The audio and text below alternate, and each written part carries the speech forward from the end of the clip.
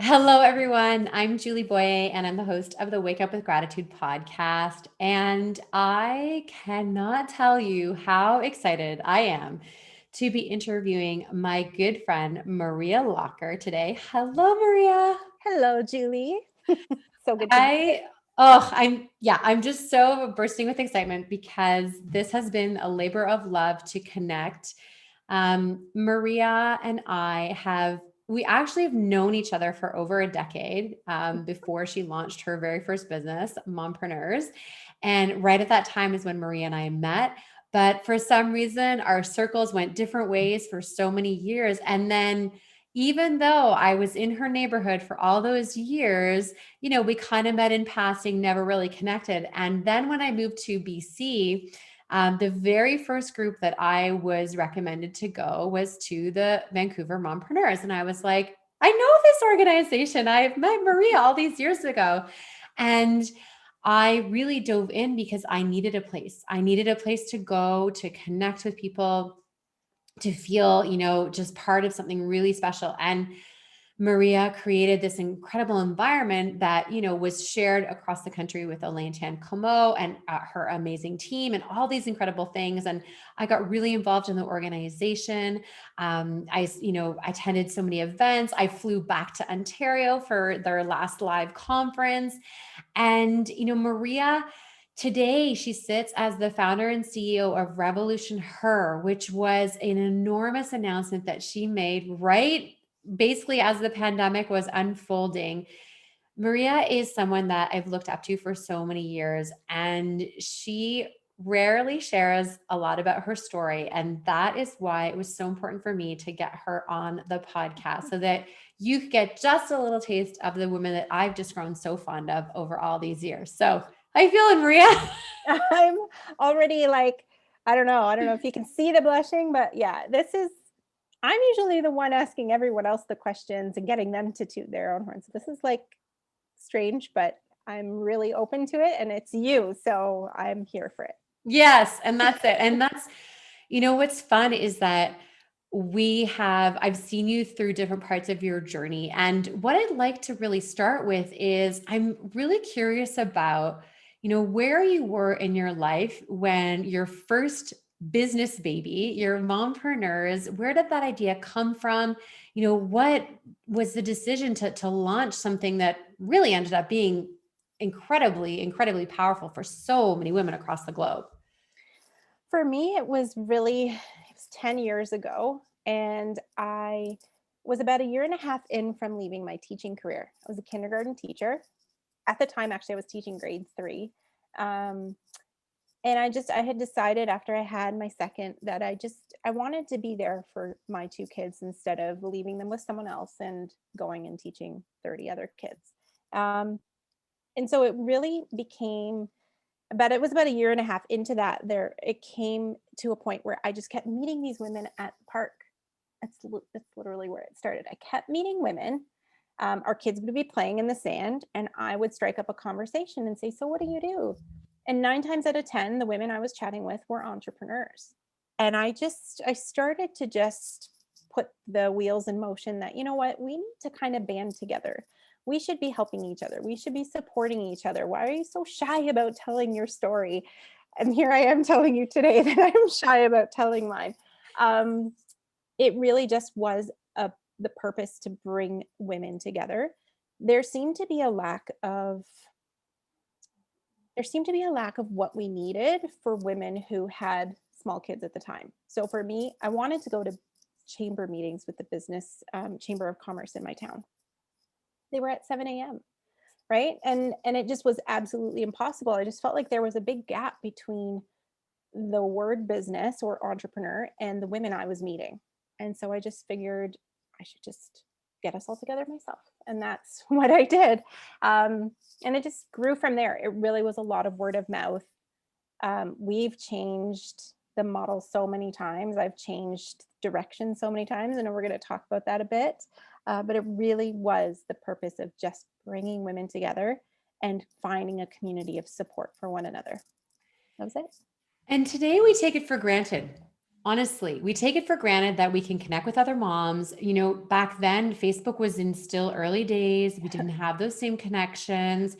And I remember as well, when my daughter was born, same thing. Like I was trying to go to like some kind of chamber or like, networking at night, which is like the hardest thing to get to when you have a kid that needs to go to bed at 7 o'clock.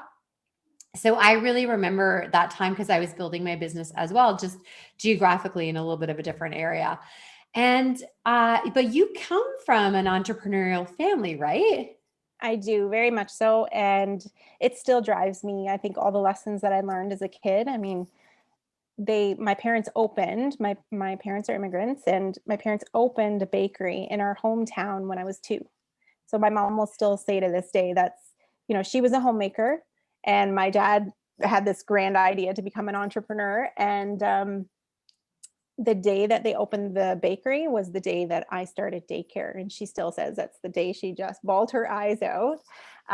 Because back then she was, to me, the original mompreneur. She sacrificed so much to build the family business. And now I'm actually the only one that doesn't work in the family business now. I go in and I visit for lunch. Lovely. You enjoy the goods. But 39 years strong, it's it's such an establishment here, and it's a testament to the hard work that my parents have put in all these years, and my family, my siblings. I put in my time a long time ago, and I still love to go and see how much they do there. But that's where I learned to love small business. I loved, meeting customers every day. It's such a beautiful world, entrepreneurship. So I love it. Well, then, so the question that I have is growing up literally like in the bakery, both parents entrepreneurs. You said your whole family went into, that particular business. Then what was your decision to go into teaching? At the time, truthfully, I went to university. So I'm a U of G alum, University of Guelph. I went to university for languages and marketing. So, Oh. young me, I think I was 19, or I was 18 when I got in. So I still wasn't even technically legal. I have a late birthday. I was 18 and I got into the European marketing program, which doesn't exist anymore. And the goal for me was I was going to take all these languages, take all my marketing and business courses, and I was going to become a traveler, go to Europe, find products that we could then distribute at the bakery. So I was still very much involved in, how could we see the bakery grow? How could I use my talent for languages? So I learned I had already taken French all the way through. Don't ask me because I know you're super French and it won't happen. But I also took German, Spanish, and I also speak Italian, obviously. So it was a really, really interesting transition. I met my now husband in the last year, and I had been trying to figure out, what I was going to do next. And ever since I was a little girl, I always said I wanted to be a mom and I wanted to be a teacher. And we got pretty serious really fast, and the discussion started happening around, what are we going to do for our future? What do we want for each other? And we both applied for teachers college and we both got in. It just kind of went from there, and I loved teaching. I think it was grade 2 where I said I wanted to be a teacher. And I still feel like a lot of what I learned has translated. Like now I'm just teaching different people, but um, it was an amazing experience being a teacher. I never knew that part of your story, which is why I wanted to ask because I was really curious, to that time where you kind of sowed your own oats, you did your thing differently than your family, but then you came back to the entrepreneurial bug and built something out of a need for yourself where you saw we need this place for this community of women to meet. So Mompreneur started to grow. Things are going well. You now have 2 children. They're Yeah. older now, right? Quite a bit older now. Oh But my gosh. how old are your kids now? They're 14 and 12. Oh my gosh. Yeah. Yeah, a totally different world. Like we said, but through this time, you're building this business with mompreneurs, and then you face a health crisis. Yes. Yeah, about halfway through, actually, it was quite a curveball. In 2015, for pretty much the whole year, really wasn't feeling good. Um, I had been seeing doctors since 2010, which is actually the same year I started Mompreneurs, but I wasn't getting any answers until 2016. I was diagnosed, funnily enough, 1 month before our annual conference. I was diagnosed with lymphoma. Um, and then 2 days before I was supposed to be on breakfast television, I had to go in for an emergency biopsy with my endocrinologist, and he diagnosed me with thyroid cancer. Just right, like literally, I don't know if you see pictures of that year at conference. I was wearing a scarf because I had this massive bruise on my neck, but it all happened really quickly. So I was diagnosed with back-to-back separate cancers. They weren't related to each other. And it just was one of those things that just threw me for a loop. We had just signed a huge grant with Coca-Cola Canada and the government of Canada. And I was supposed to start everything for it. And I relied on my team to really get me through. They took the reins, and I was able to start chemo and radiation. And then once I had kind of stopped that, the next year I went into surgery for my thyroid. And that was it. Okay, so we're all trying to take this in, and you just said that was it. And I feel maybe not that was it. I mean, how your children were fairly young then. You were running a successful business. You had this contract going on. What was going through your head right now? Like, I'm genuinely asking, were you still thinking, oh my gosh, the business, my kids, got to take care of that? Or was the priority, I need to take care of my health first?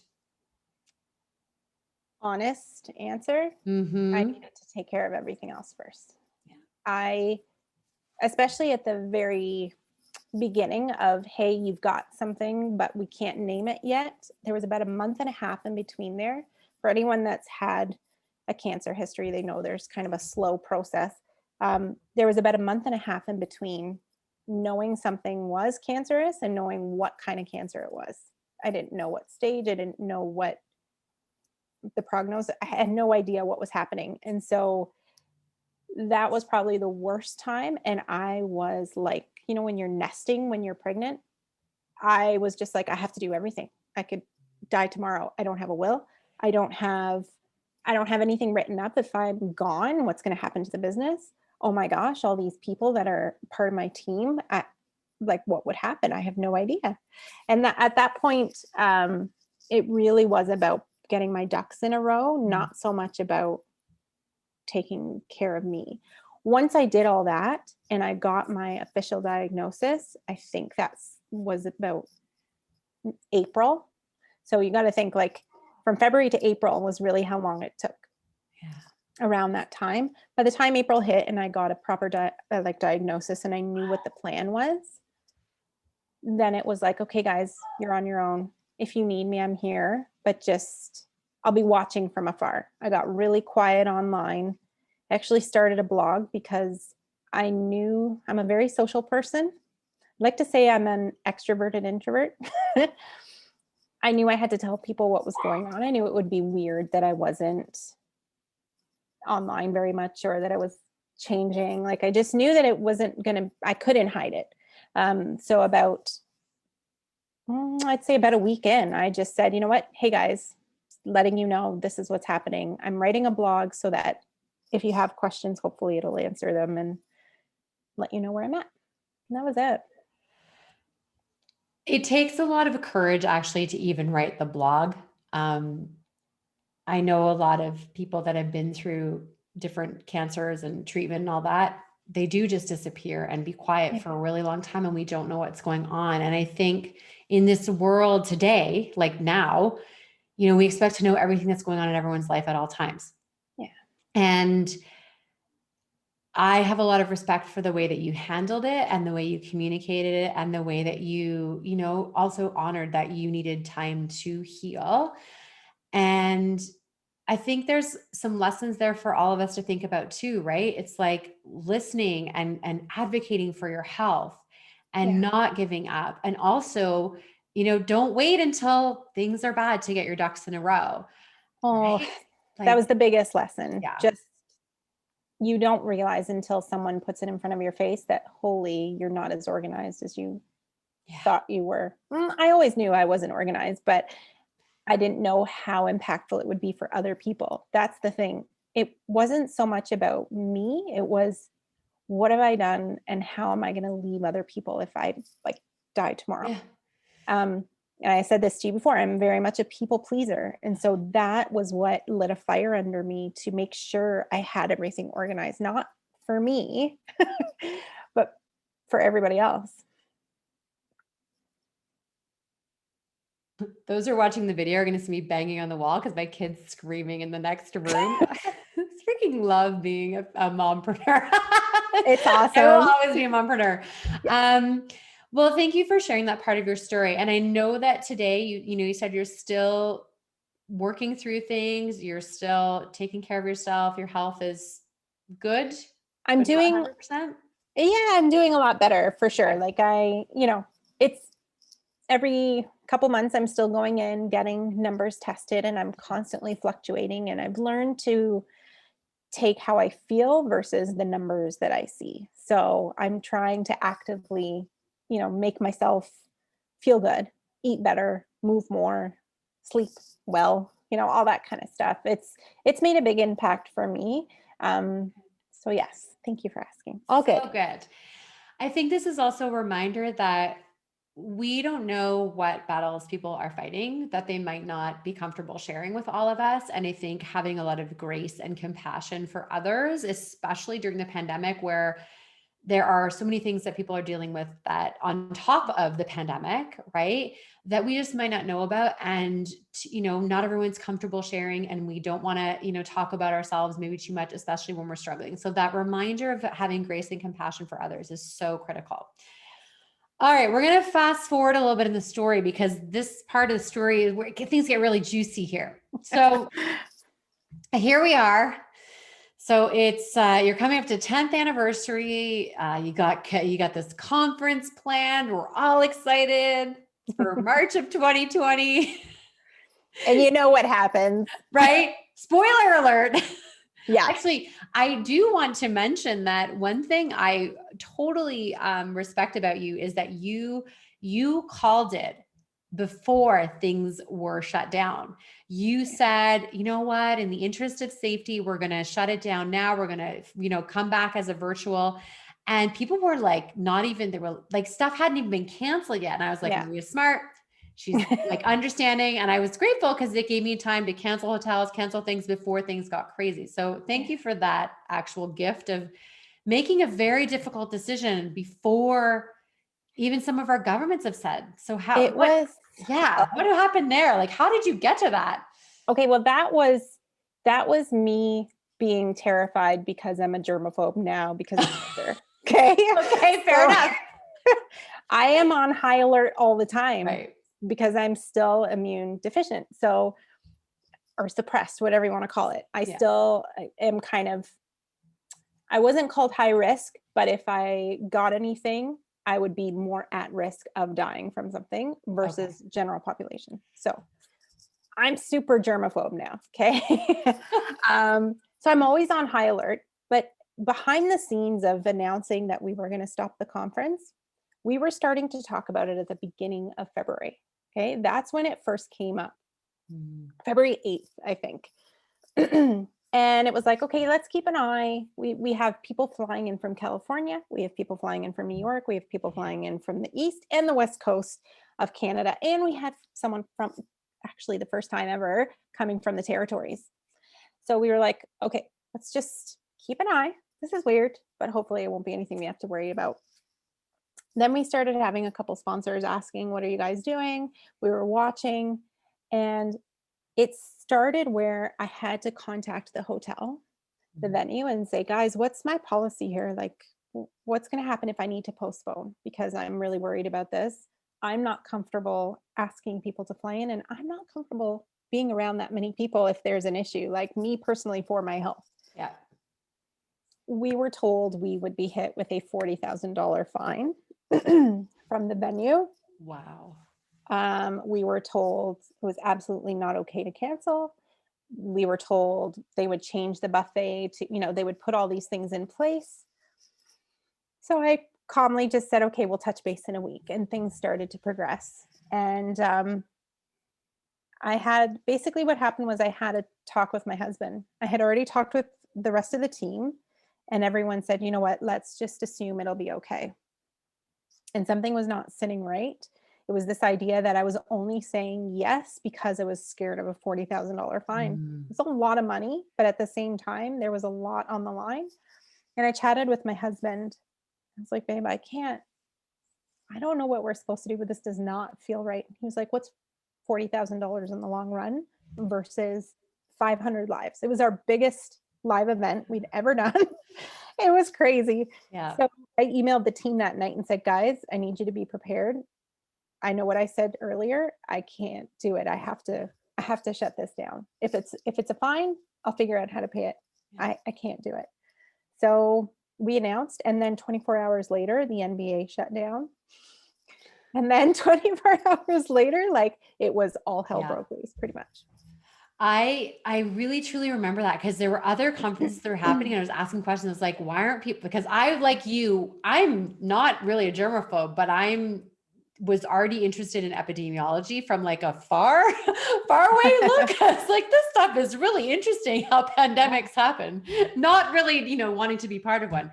And I remember just thinking like, this is not going to, like, I don't know how people think it's not going to get from Europe to here, but that's okay. So I just remember that moment of thinking, oh, wow, like Maria's so really ahead of the thing. And I was just really proud of you for making such a hard decision without being forced to, like, and that to me says a lot about who you are as an entrepreneur and a person. And you really thought about the people first with, this potential huge fine. And I just, that's so important. And I think a lot of the decisions we've had to make over the past year really have had to be, people first. And that's hard. And those decisions are hard. So in all of this, though, you also were going to do this massive announcement, this huge change and shift in your business that then we all had to wait for, but we were really excited. So tell me the story. Like, it's going to be a little bit before. We're going to back up for just a little bit, because I love the story of how you, again, that intuition, that feeling,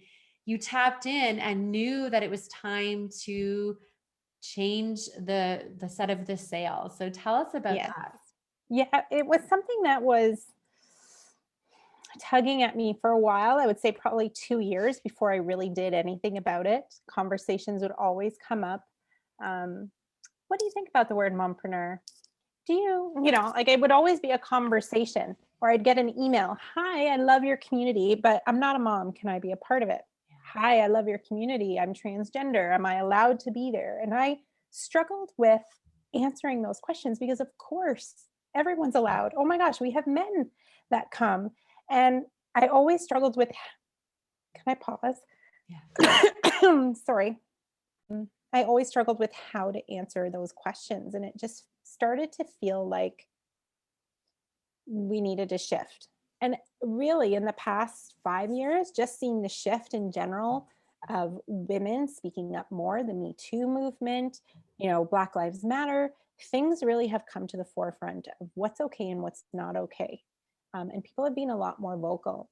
And so I knew that it was time for a change. And we had our conference, the one that you came to. And about 2 weeks later, I was like, guys, I'm in a funk. I got to figure this out.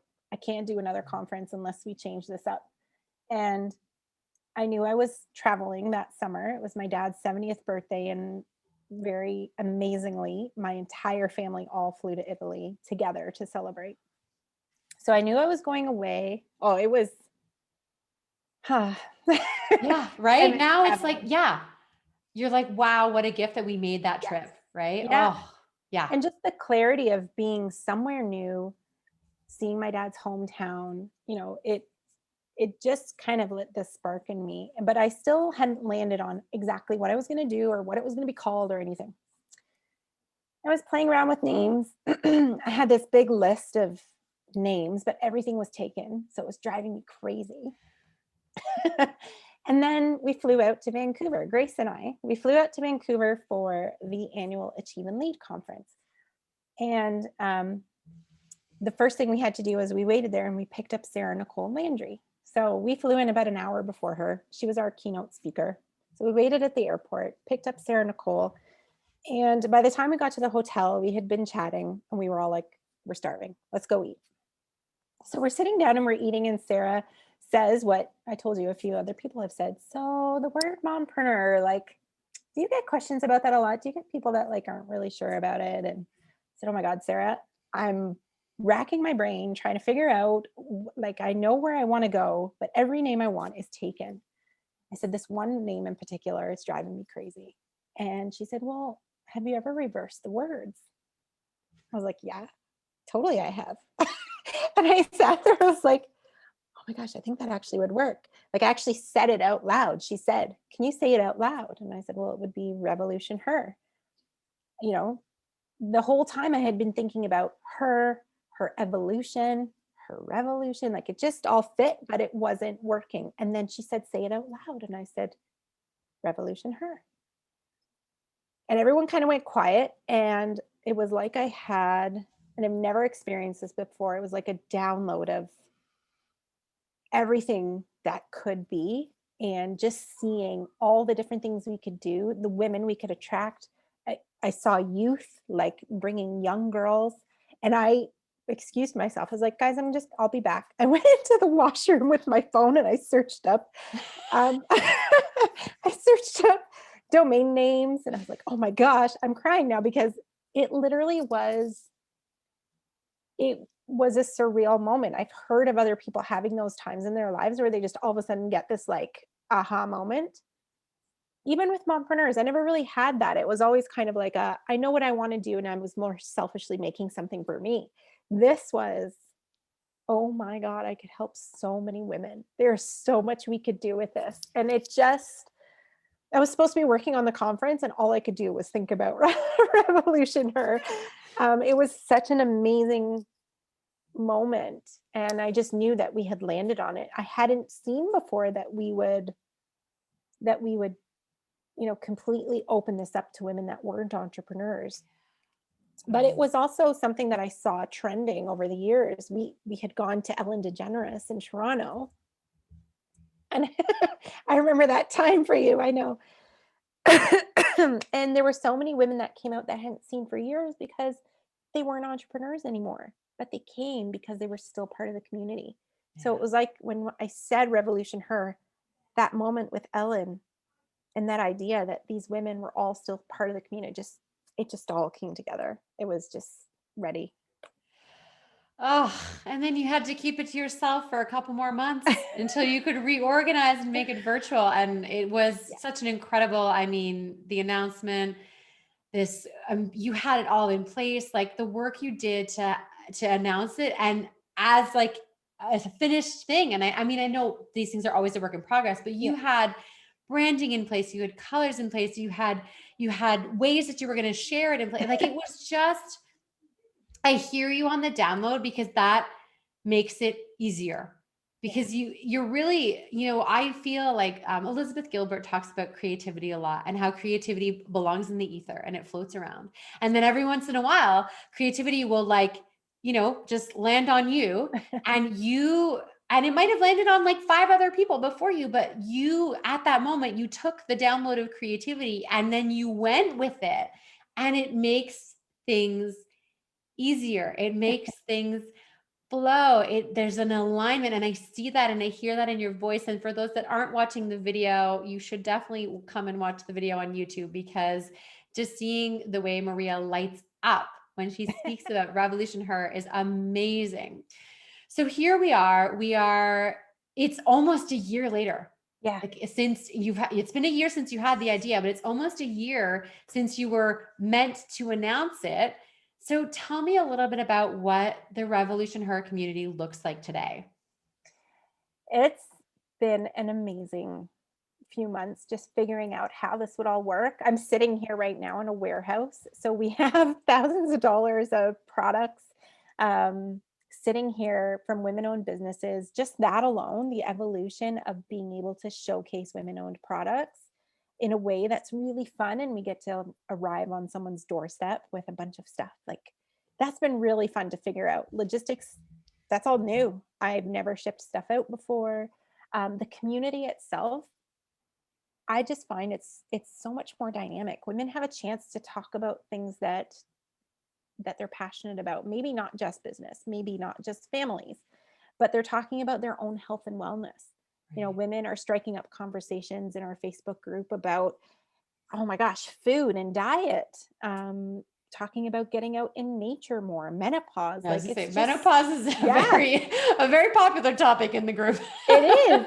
And it's, Yeah. you know what? It's talking about things that maybe before we wouldn't have brought up in Yeah. conversation because it felt like we were only supposed to talk about family or business. Yeah. And I just find that there's a shift now. Women are obviously still asking questions about that, but now they're talking about their own needs. And that's been a really big focus for us.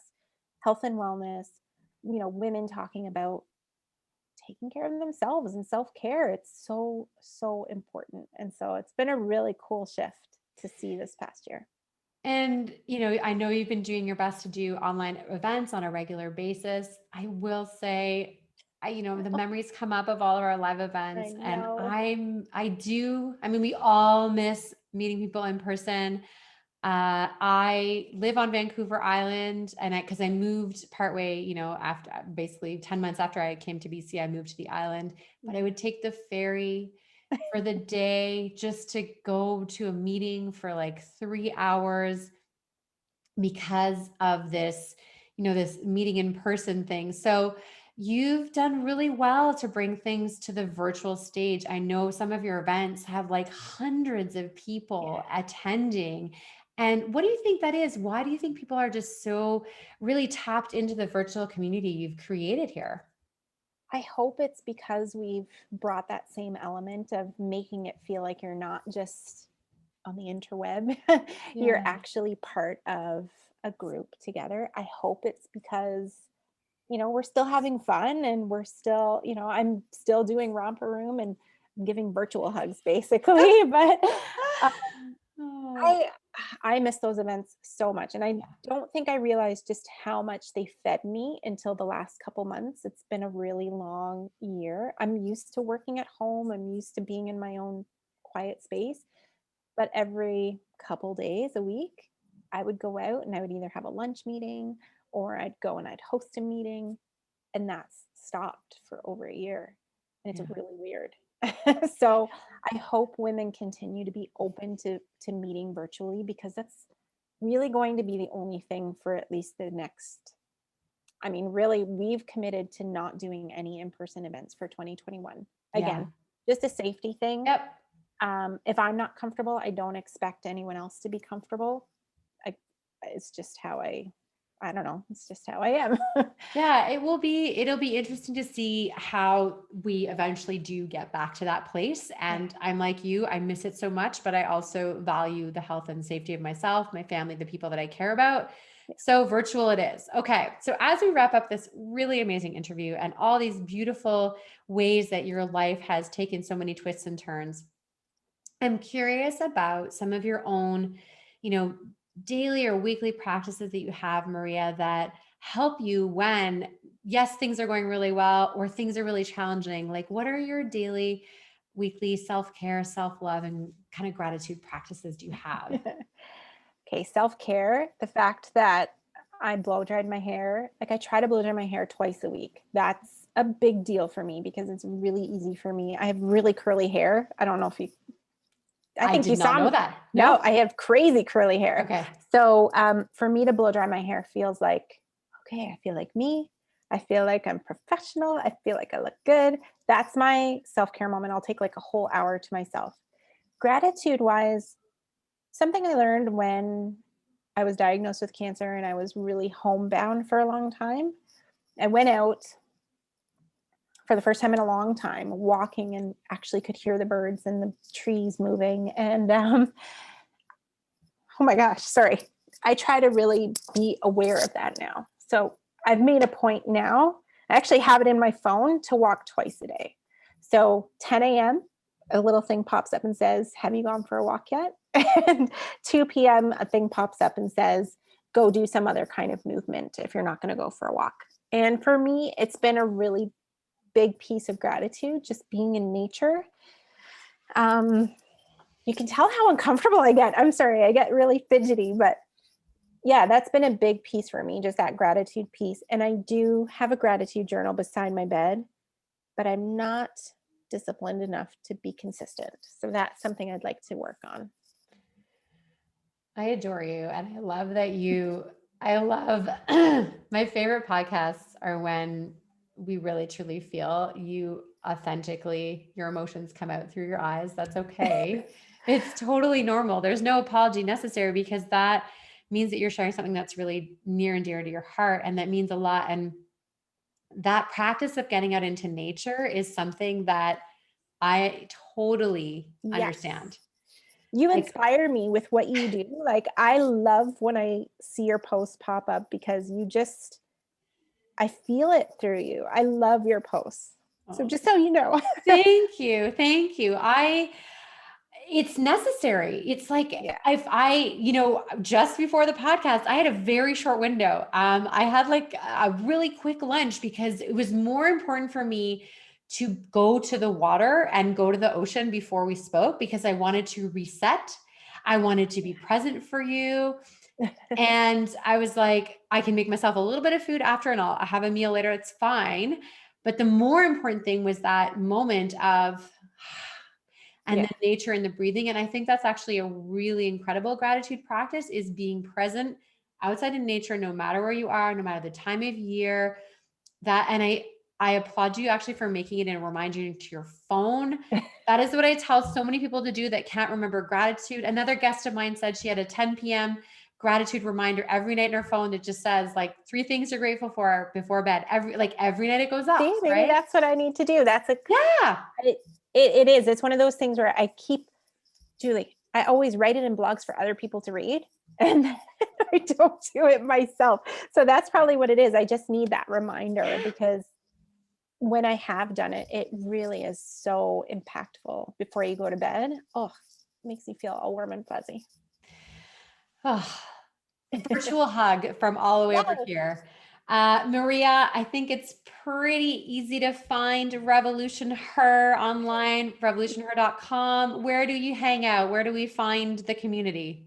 Oh my goodness. So you can find us. We have a private group on Facebook, but go find us on Facebook, Instagram. Just come say hi, come chat with us. You can come to any of our events online. We've actually made a pact that the majority of our events will be free online for the rest of 2021 as we continue to battle COVID. We just want women to know that there's a community there that they can connect with. So please come find us at revolutionher.com or ask Julie because she knows where we are. It'll all be in the show notes, I promise. And if you're not watching the video, Maria's got her amazing Revolution Her seasonal boxes that you can receive right to your front door. So every season, yes, you do it quarterly. There's a brand new box with different female-owned businesses and so many ways to sample different products and highlight different entrepreneurs. And I love it because I don't know if I want a box every month, but I love it that every season we're getting something different and you're highlighting, you found a way to highlight because that's like you would get this kind of things maybe at a live event, but now you can't because there aren't any. And I love that you very quickly actually found a way to bring these products into women's homes all over the world. So thank you for that. And they're So grateful. amazing products. I have to thank everyone that's been part of this for us. I will say we have some really exciting stuff coming up again in March. That always seems to be our big, No? Okay. yeah. So, just, anytime that you guys have any questions, you can reach out, but we're always here. And our number one goal is to support as many women as we can. Thank you so, so much, Maria, for being a guest on the podcast. I have just loved our time together and really appreciate that we've made this work. Me too. Thanks so much, Julie. Oh,